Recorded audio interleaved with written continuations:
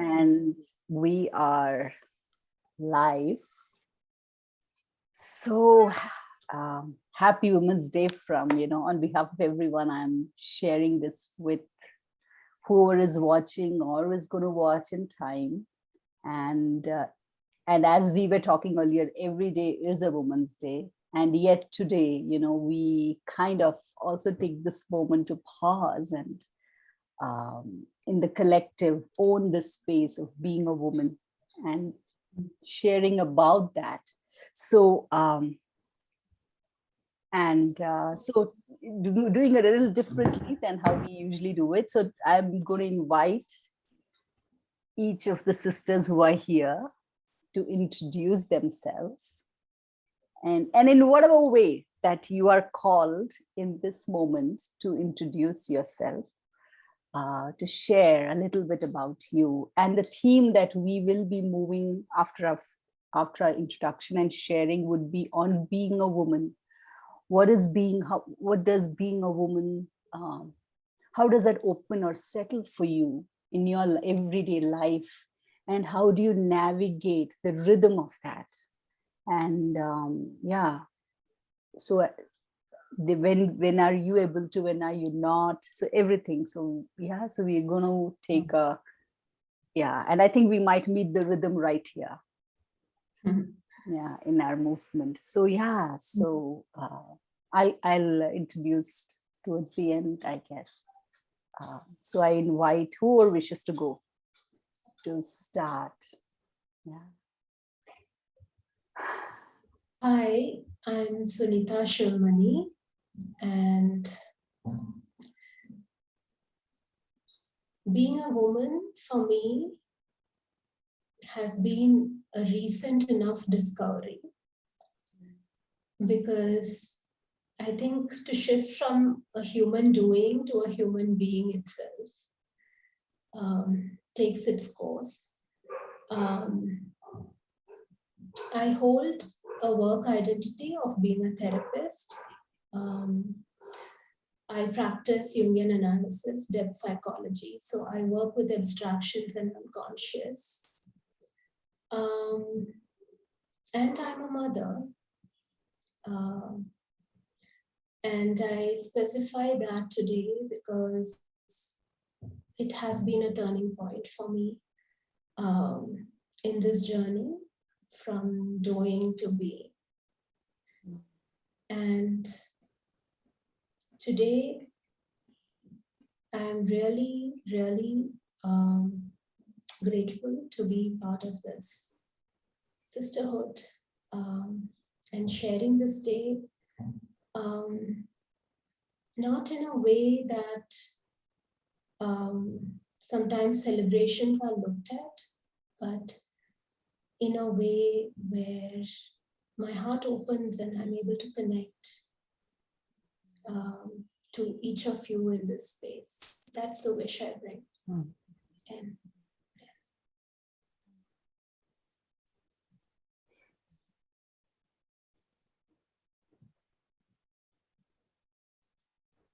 So I'll go. So I am Yannick. I live in Mauritius. I am a mother of 2 daughters. And well, being a woman for me, or being a girl, has been a question that has been with me quite early, because in fact I bear the name of a man. So Yannick is a man's name. And the story behind that is that when my mother was pregnant, everybody was saying, based on the size of her belly, that she would be getting a son. And my father, who was very happy at the idea of having a son, chose the name Yannick. And when I came, well, I was a girl, but then he still said, we'll call her Yannick. Well, there are a few women who are called Yannick, but it's mainly a man's name. So since my young age at school, So I would receive comments, sometimes just neutral comments, but sometimes also a bit nasty comments about my name. And sometimes even now, people call me Mr. Yannick Bosquet. And without knowing me, I mean, by writing or emails. And so, yes, that has been a narrative, which is part of my being a woman. And yes, exploring my being a woman has been there since quite early, but has taken a different track, let's say, for the past 4 years now. And I'll be happy to share more about that later. And yes, so that's about me. And I'm also very happy, very grateful to Reka. I'm very happy to be among you sisters of She Stands Tall project community, and to be able to share, and again to bring awareness, open conversations, because this is something I really believe in, opening conversations. Voilà.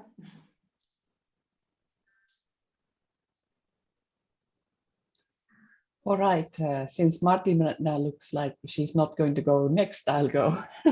And like Yannick, you said that you know, the sisterhood here has been very important for you. It has been for me too, because I've never had a sisterhood. So my name is Sari, and I'm Finnish, living in India. So for me, the sisterhood has emerged, especially in India, which is a very interesting thing for me, because it's very different from the background I come from.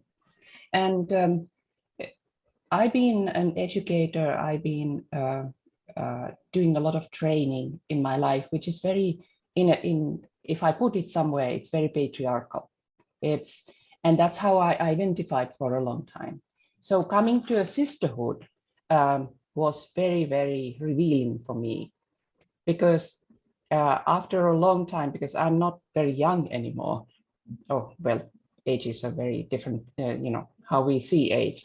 But for me, it was very different, because it made me think of things that I didn't think when time appropriately, if you use that there are times when you're supposed to look at certain things, and there are times that you should go through certain kinds of developmental changes. I did not do that. It was not something that was important for me.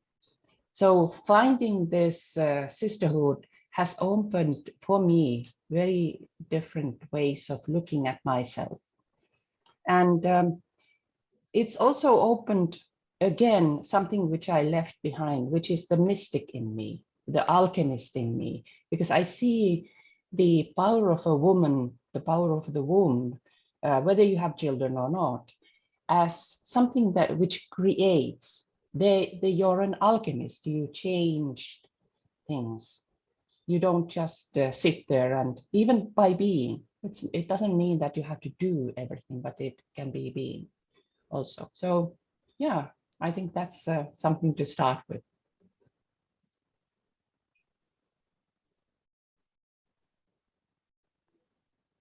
Thanks, Sari. Just taking it all in. It's all getting juicy and deep already.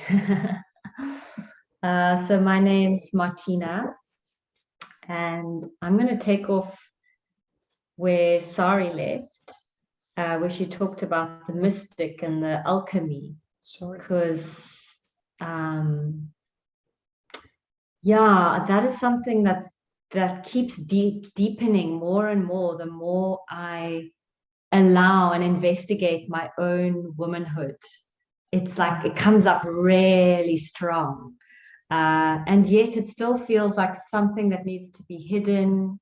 In the sisterhood, we can share, and we can be mystical and spiritual and very open about all of this, but it still feels like an element that needs to be hidden because it's not accepted or normalized. I even had a friend message me yesterday about having crystals around her house and incense, and she was like, you must think I'm a hippie, or you must think, like, making excuses for it. And I was like, wow, like she knows she's talking to me and I'm very alternative, but and yet still there's this non-acceptance of this, the mystical.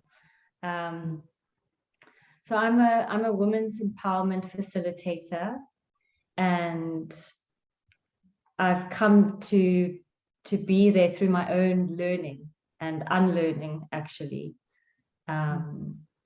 And my wedding anniversary came up at the end of February. It was on the 28th of February. I'm not married anymore, I'm uncoupled. But it was in 2015, and I saw the pictures of myself came up on Facebook as a memory. And I realized I was such a girl.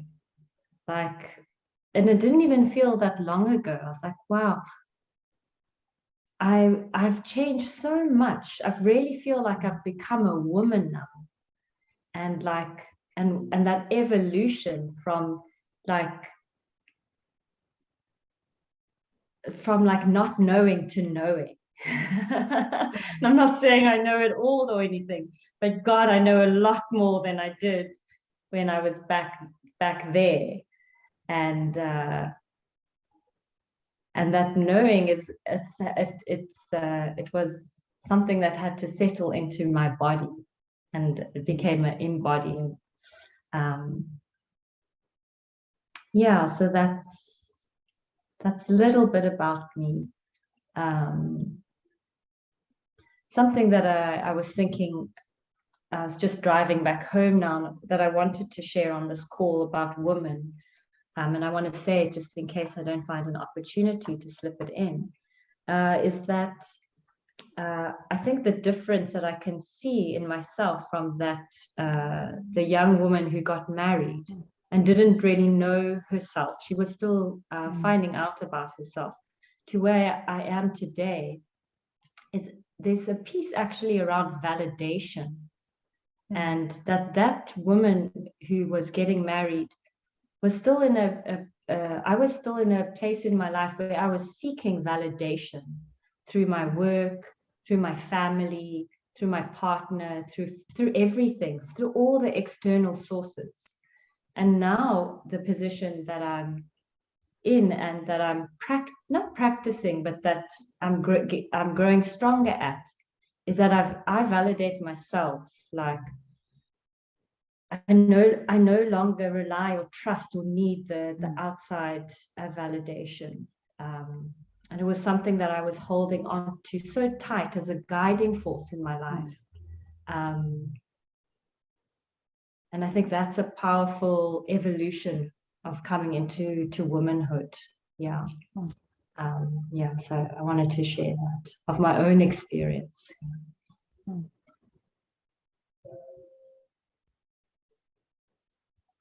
Yeah, just holding all your sharing, and yeah, and there's a lot of resonance with each one of you and what you shared. And yeah, I'm just taking a moment. I have to say, it's always very difficult for me to find how do I introduce myself. You know, it's and I'm sure each one of you would relate to that as well. You know, the infiniteness of who I am, and then that has, I think, always been my challenge from the time I've been a kid.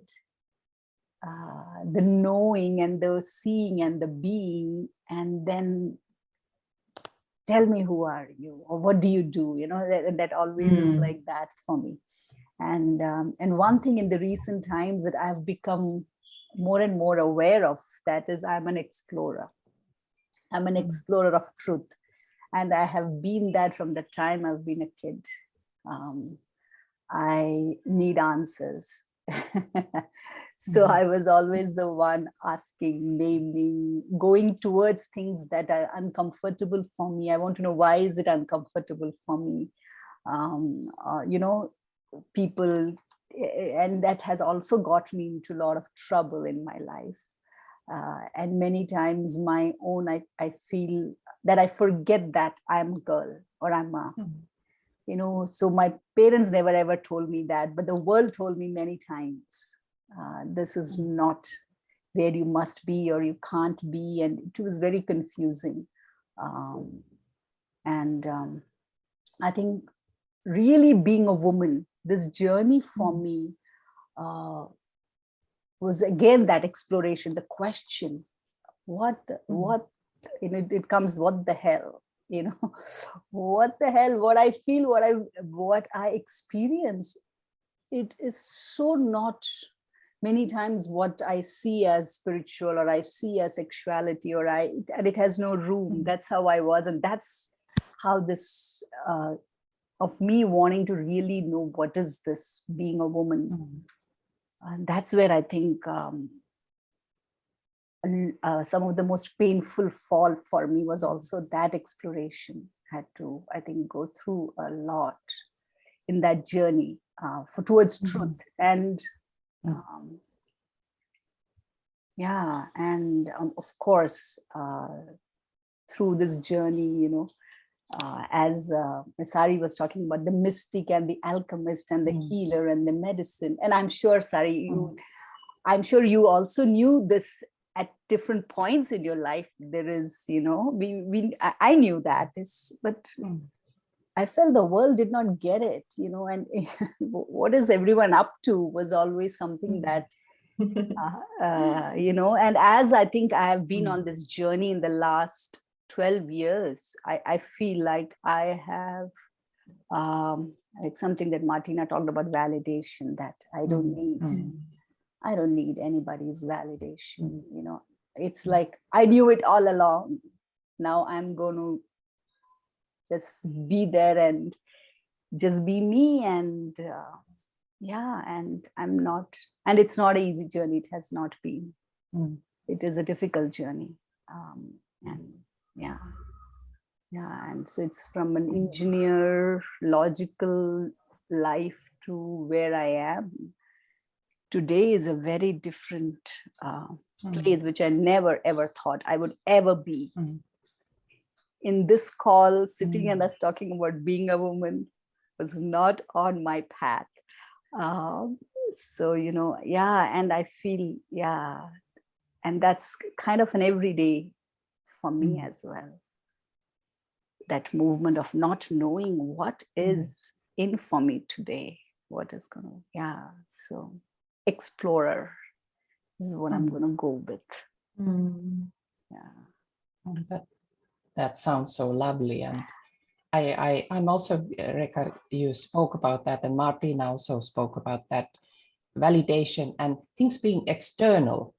And I saw, from that point, I so recognize, because I think earlier I have mentioned the idea of a benevolent patriarchal systems, which means that you don't even realize that you're in patriarchy. Yeah. But everything is external. And what I sort of, where the turn for me was when I realized that, no, it's a bodily journey. First, it came intellectually, that there was this idea that it's bodily. And I started to look into this. And when we did Shakti-ship journey with all the lovely women here at different points, it became more internalized. And then where, at least for me, when the change came, that I realized that it's not an external thing. Because even though I knew it's, you know, you need to rely on yourself, but it doesn't easily come as an experience. Because everyone is pushing you towards outside validation. I mean, the structures around you don't want you to rely on your own power. Yeah. They want you to follow what is said. And you can't follow what is said until it becomes embodied, because then you're relying on yourself. Every choice has a consequence. I was reminded by when you talked about it, Rekha, and when you brought this up, Martina.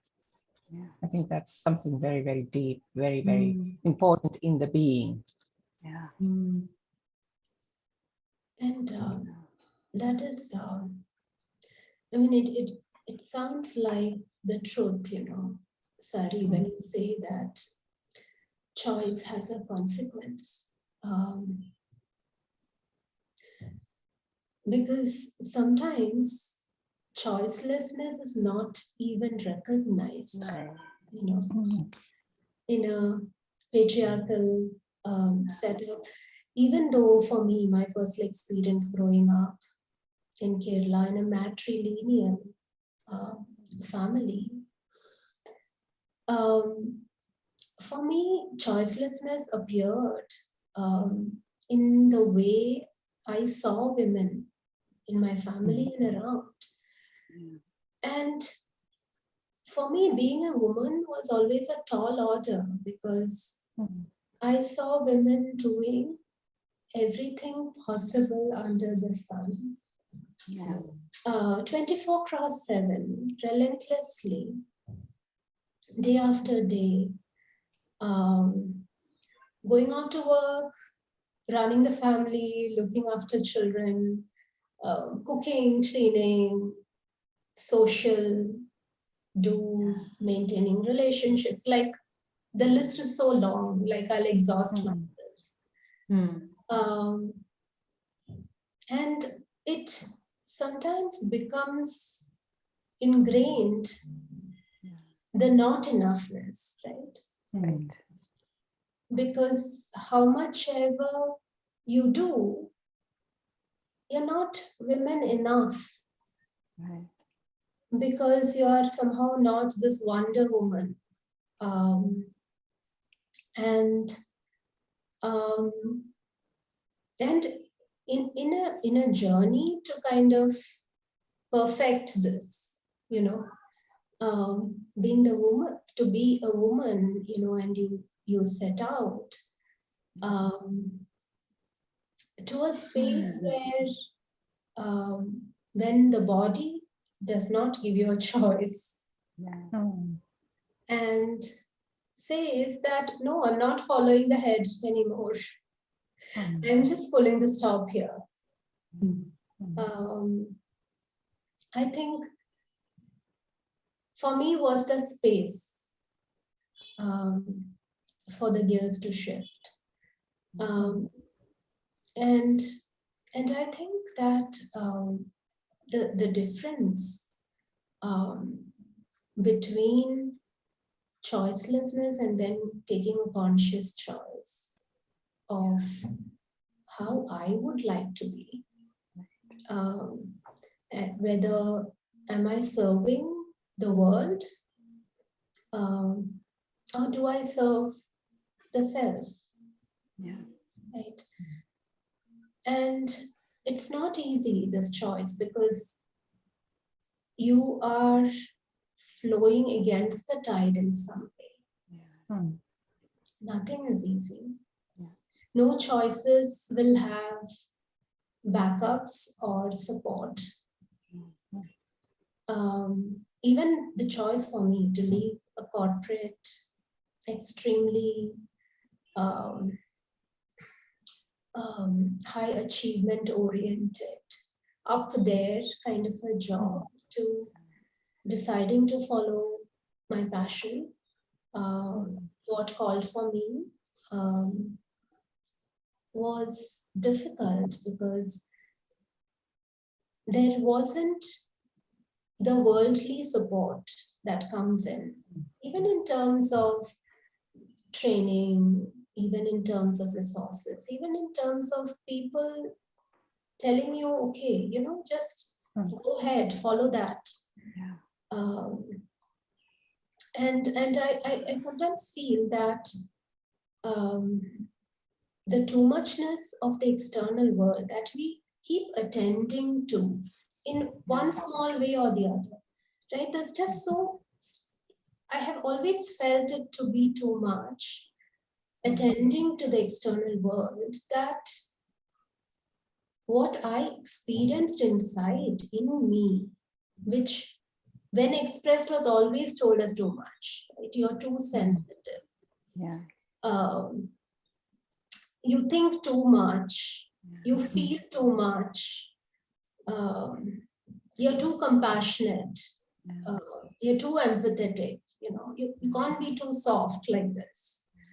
You're too gentle. There is no space to attend to the too muchness inside.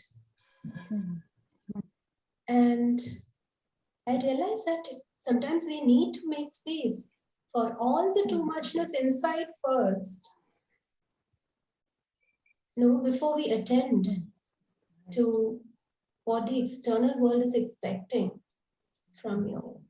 And that, I think, has been a journey to find even a sense of what it means to be a woman, to just be.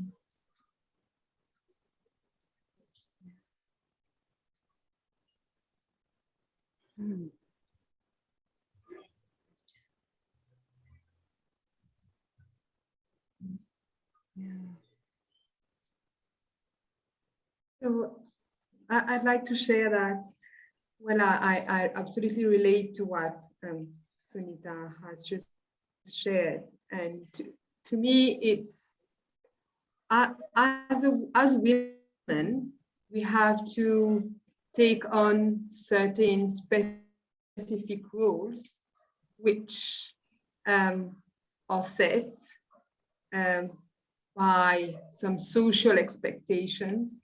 And yes, there are always expectations on us women as daughters, as girls, as young girls, as married women, as mother, maybe as grandmother as well. So there's always a set of expectations. And well, for a long time of my life, I've been trying to be up to the standards of those expectations. And yeah, to be the best version of myself, but within these expectations. And then it seems to me that, well, it has been my journey, but I think from the more I hear women speak about themselves, and the more it seems to be happening, is that at some point of your life, you encounter some form of crisis. Everything into question. And coming back to that question of choice, I think some of us women have taken the choice, have made the choice to lead a different life, to lead a life where, well, at least I'll speak for me, to lead a life that would be led by my choices. But then again, it's not easy because you are so much used to being in that system somewhere. And well, my personal story is that at some point I walked out of my marriage because I felt that I was slowly dying. This is, I can't put it in other words. This is exactly what I felt. And I guess I could have stayed, and I really guess, and speaking of the Mauritian context, I think many women stay in marriages where they slowly lose themselves and they slowly die in some way. And well, I made the step to walk out of that marriage, and it wasn't easy. It wasn't easy. I had to convince myself. I had to, as Martina was saying, unlearn from what I had been doing my whole life, and as well stand up for myself. And there are various questions that came up, and one of them was financial independence. And I think this is a very important issue that many women face, and many women cannot be fully independent because they cannot afford to be financially independent. So, well, being a woman today, I think this is one aspect of being a woman today. And well, in my crisis process, an unlearning process and a relearning process, I met first with Mega, whom we mentioned about earlier, and with Reka eventually, and with all of you sisters. And where I stand today is that for me, being a woman is much informed by my body. And that has been really a journey for me, because I have a personal history of not liking, not accepting my body. That's another narrative, and I guess many women have that story, because you have a set again of expectations of how your body should be. And I remember that the first time I met Reka, I think it wasn't the first time, but it was the first, let's say, event. And it was for the inner navigation system. And Reka had that question for us. So what is it to be a woman? And we all came like, well, a woman is sensual, is kind, is nice, is caring, is loving. And nobody mentioned anything about the body and about the menstrual cycle and about the rhythms. And this is how I came to learn about my own rhythms. And today, for me, if I had to answer in a nutshell, what is it for me to be a woman? Well, it is to be close to my body, to listen to my body, to the rhythms I have. And I was thinking of that word as well, lunatic. And I think I want to reclaim that word. Yes, I am lunatic. Yes, I move with the moon. Yes, I have all kinds of mood swings. Yes, I'm not the same person each and every day. And in my personal journey is, to be, as we say, as Sunita also said, to be a woman on the external, on the outward movement. I feel you must first of all embrace that woman in your body and within yourself. So yeah, that's where I am in my journey of being a woman. I think my face is sore from smiling. I'm just like so happy about everything you've shared. I'm just like, wow, yes. Lovely.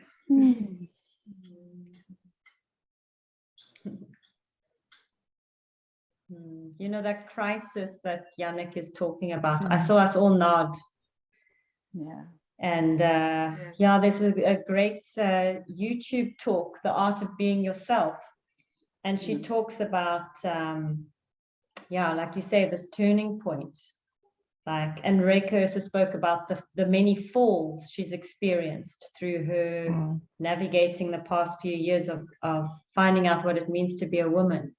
And it was also the crises in my life that were the greatest awakenings and blessings of turning more towards who I am and the life I want to live. So I also want to share it out loud in case there's any women out there who are in the middle of a crisis. We've also experienced crises. I almost want to say lean in, but maybe that's like an overused term from Brene Brown. Lean in. But like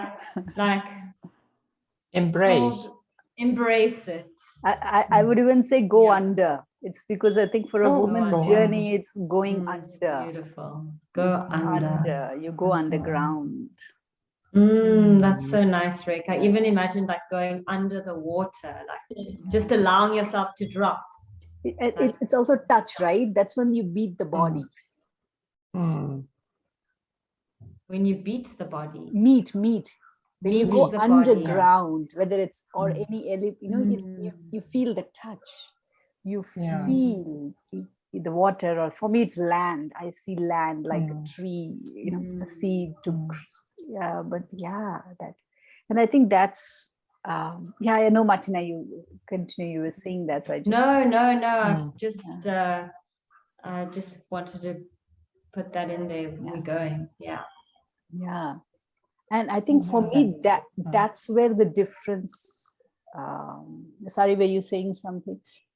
No, I just please go ahead, because it brought me into the idea of Mother Earth and Earth relationship. What Martina said and what you said about going under, that there is this strong need to be connected to the land. I mean, land is, it doesn't mean that I have to own land, Right. but anything to do with nature. Yeah.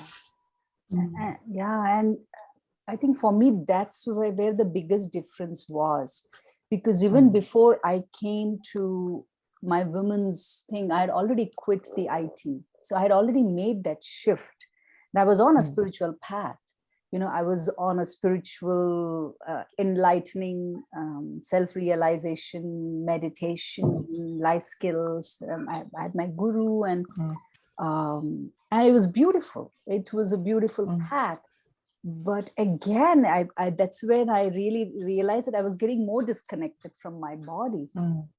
My body was, and how there are certain age gateways. I mean, we in our women's navigation system and women's life, there are certain gateways when certain doors open up, and whether you like it or not, it's like Alice in Wonderland. You will go down the rabbit hole, and now I see many of these fairy tales as so metaphoric. Women's, especially when there are women and girls in it, it's such a different journey.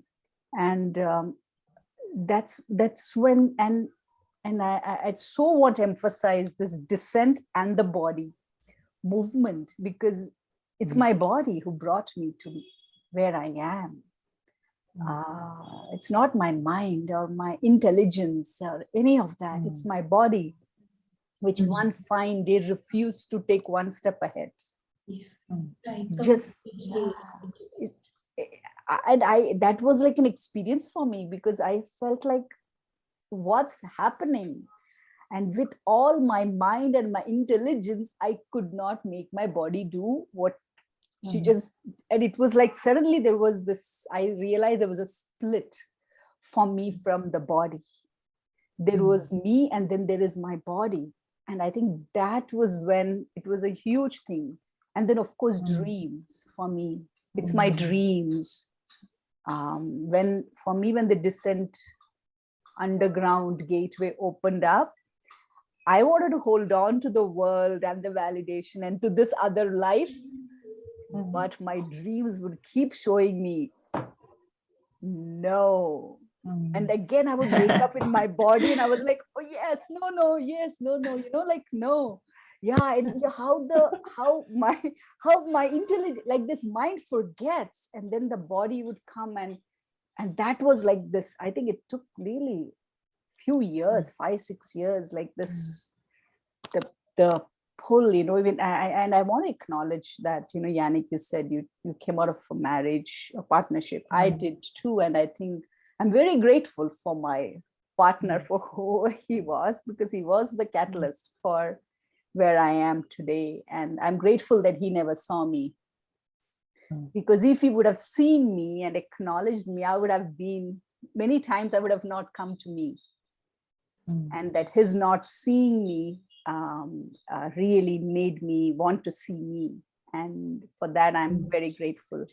Though I would never call this upon anyone, but that I'm grateful for that descent and this body. And even now I'm learning more and more. It's not easy to listen to the body, because it's always not with this movement of the world.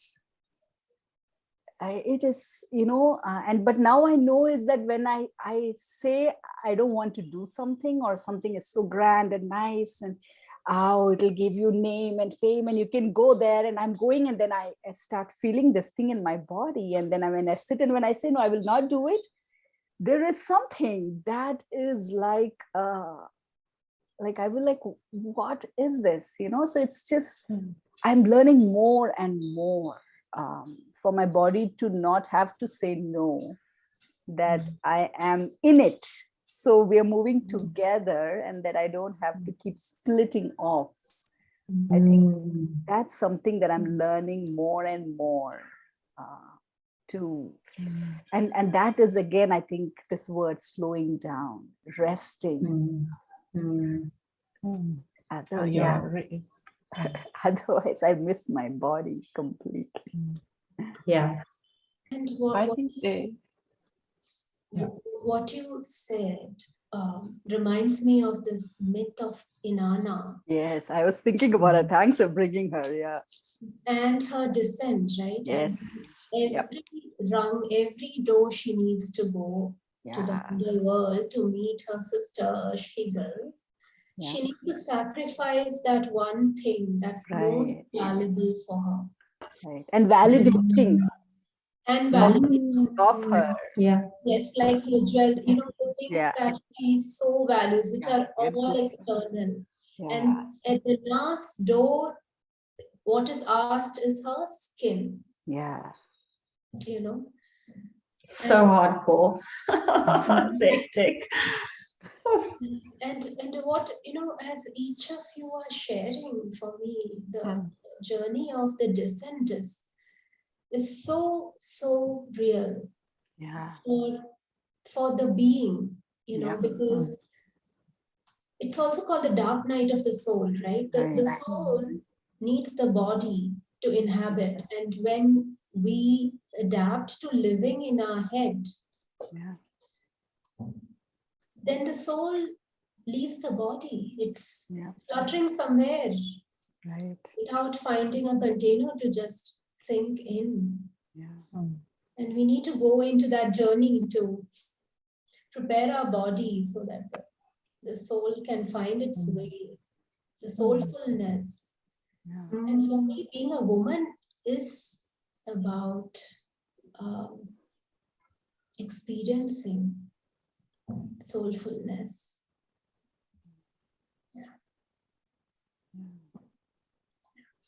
Sorry, Martin, you were saying something that I think I just passionately came and I couldn't hold back. I think we're all That's speaking for each yeah. other, because when someone says, I'm like, oh yeah, that. Yeah, so it's. I begin to see it as a kind of a, Reka, you said about going down the rabbit holes, and I was here thinking that I think I've become rabbit hole junkie. It's so nice to go down the rabbit holes. What's there to discover? What's there to discover?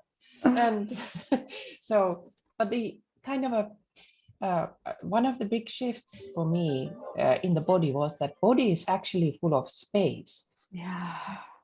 The truth. So the more you go in, the bigger universe you find. Yeah. So in some ways it becomes like I want to be here because there's so much space. There's so much space.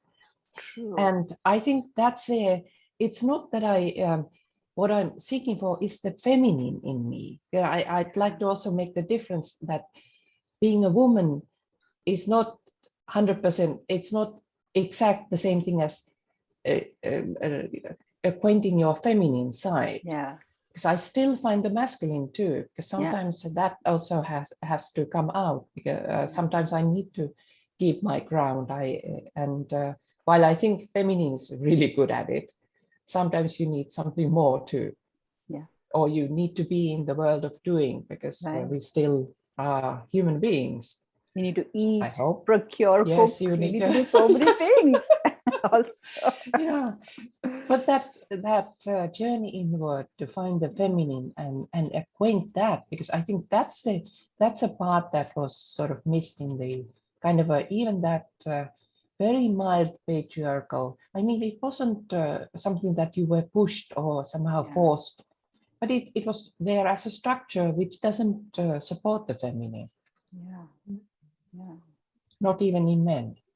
Not even in men. I'm also just thinking there might be women who watch this who don't understand what we're talking about. You know, because they're so far away from this experience, you know. Yeah. Yeah. Yeah. And so I'm just bringing the attention on the time. Yeah. Yeah. I So, think what you said, Martina, it's an experience. It's something that the going to the road, which is the difficult road. That's the rabbit hole part. It's something where you feel resistance. A crisis. Yeah. and I feel we have to come back to the importance of the menstrual cycle, because I don't believe a man's journey is a descent. It's an upward rise. It's a different movement. Yeah, it's a different movement. I think the feminine is about depth and deepening and dark.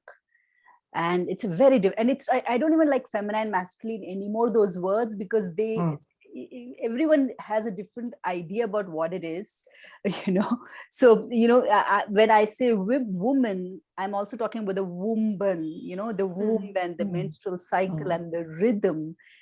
And there's a different movement that we experience, which we just cannot articulate it. It is so difficult to talk about it, you know.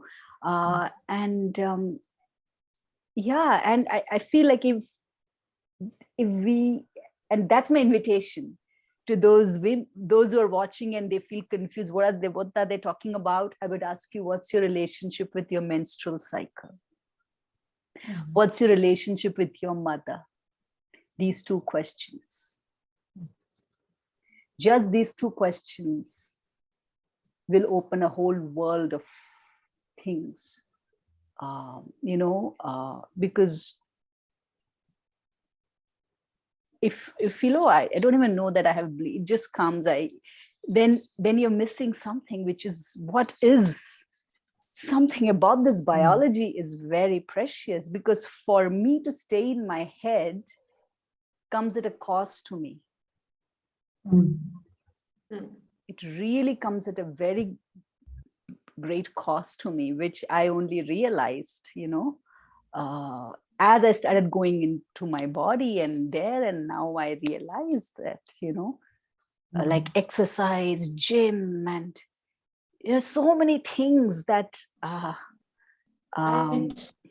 diet, I mean, all these things that in the way that we like women are made to like torture or force the body, when we start aligning with the rhythm, like I must say, I'm the heaviest in my life in my weight, but I'm the most comfortable, I'm flexible, I'm the most healthy, and for the world of me, I am finding it so amazed at that. Like, what is that? And you know how this conditioning that I would think I'm fat. And then I would look at someone else and think she's fat. Then I would be like, oh my God, I think I'm fat. That's why I'm seeing her as fat, you know? So for me, when I see some other woman and I have this judgment, I'm like, oh my God, that's what I'm thinking about me. You know, my God, I see me like that. So I you know, and so I feel like when I allow this rhythm more and more to trust this rhythm, I'm also learning a different movement, which I feel is very missing in the world. And it's not accepted, hey? Yeah. The word that comes to me is dancing. It's dancing with that movement, because it's so gentle. You can't even be routine about it. Like, you have to have so much leeway for yourself when you're moving with the menstrual cycle, and compassion. It's a deeply compassionate way of being with yourself and your body. And I've been practicing it for I'd say 2 to 3 years now. And yeah, I'm becoming unapologetic about it. Yeah. My work is according to my lunatic cycle. Yes. My socializing, as much as I can, is according to the week of my period. I'm not that available. I don't want to go out and see people. I don't want to party. I don't like none of that stuff. Right. I say I try not to run workshops, but I did run one on my cycle, but it arrived that day and it felt like a blessing. Yeah. But it's you're talking about like the big thing for me with moving with your cycle is the rest. Yes. And women have been trained that rest is verboten. What is that word, I think it's German. It's like, yes, it's like verboten. denied. It's Yes. denied, not allowed. Not allowed. Yeah. Yeah. And so in this journey, you have to confront your own guilt. Yeah. The guilt comes up a lot. Yeah. You can't be sleeping now. It's the middle of the day. Or you can't say no because you want to rather stay at home and read a book. Or I'm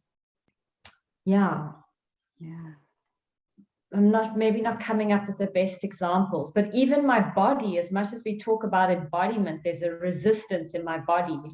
But I think that's also because we live in a time where we constantly on the phone or listening to something or doing, and my body still wants some kind of stimulation. So it's like, oh, what are we doing?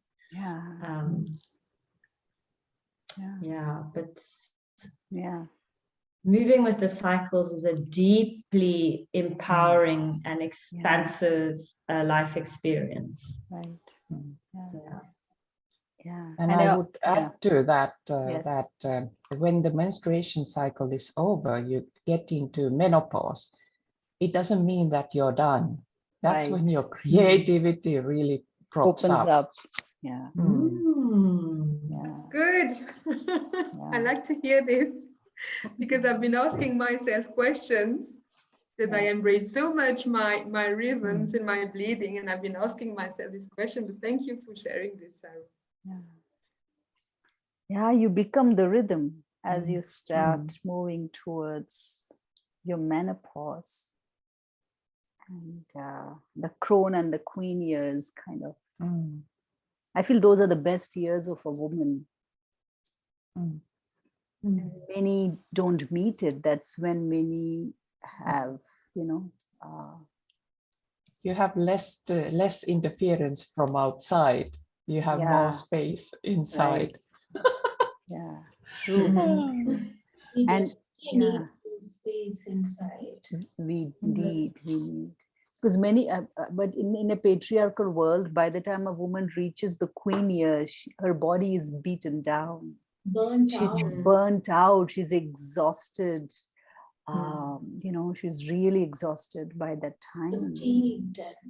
And hungry. And India, it doesn't even change. Now you are a grandmother by that time for more women. So now another whole craziness begins.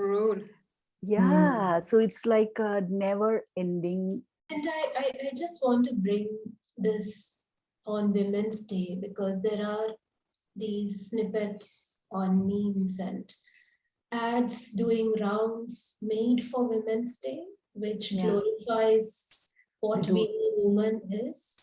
And I saw one such ad, which came my way in a group, which spoke about how she can do everything. She is this administrative officer, looking at law and order, and also a just born baby in her hand, and how you can do both, and how wonderful and glorious that is, to be put in a pedestal where, you can just be everything. And that's the new expectation. The world has shifted you from telling that, okay, you can't do anything, Right. to the flip, which is not very different. And it doesn't give you too much agency here, because now Right. the little girls are aspiring to Yeah. take on the world by just Yeah. doing Yeah. everything. Propaganda. Yeah. The way Propaganda yeah. yeah, Go ahead. created by women. Yeah. Mm. And I mean, patriarchy, the world itself, I think Women's Day in one way, if I look at it, it also to me is like getting more women into workforce. So this doing continues. Oh. And this craziness, we get the half of the workforce here, get them out of being mothers and taking care of babies, and now let them get them out here. And how do we do that? So there's a new agenda, and we are saying, it doesn't matter what I do, I choose, not because you said so. And I feel a woman, and this is something, I mean, I think we might need to move into a closing also. And I want to have this, I want to continue this. I don't want to close, I want to keep it open. I want to keep this open right now, and to see, we'll pick it up when we are all free, and we'll join again this week or next, and we'll pick this conversation up, because it doesn't feel like it's complete. It feels it's open. Yeah, and today I'm limited by time. Yeah, so maybe, and yeah, it did seem like we did come out. We were not in the down, we were all kind of out, and what would be something to a sentence or a phrase or something right now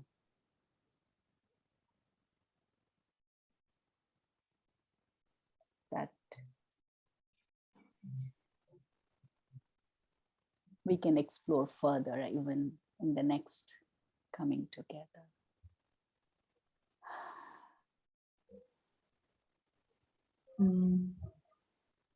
I think that I feel like putting the word expand, Expand. picking from Sari, the space.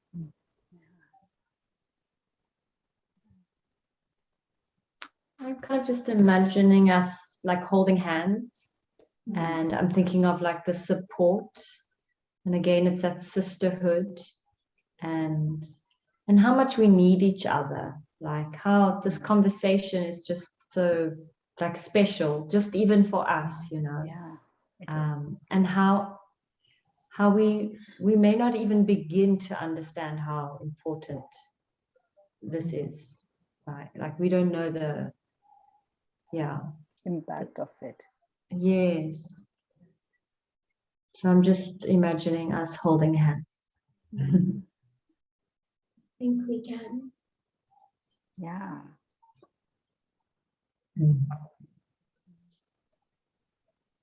And I'll also invite, we are holding hands looking in, and I would also invite us to, sometimes in life we also have to turn around and keep holding hands. So we also are able to move outwards, and then so we can come back in. Yeah. So even that, but the remembrance of the hand and us stays and is there. Yeah. So yeah, I think this is a great idea to continue this conversation, maybe on even a regular basis. Yeah. So yeah. I'd like to take that energy of holding hands and just take a few seconds. It has been sitting with me today, and I'd like to voice it out today. And maybe we can continue at another time talking about that.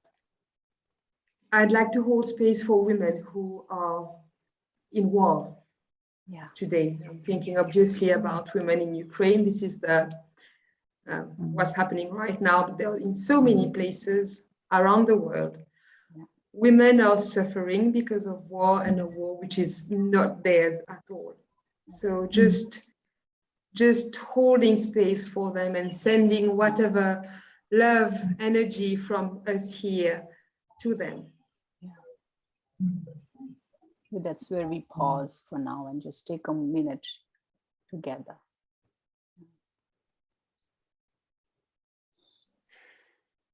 And then I would just also say women in Ukraine and women in Russia. I'd like to say both the countries.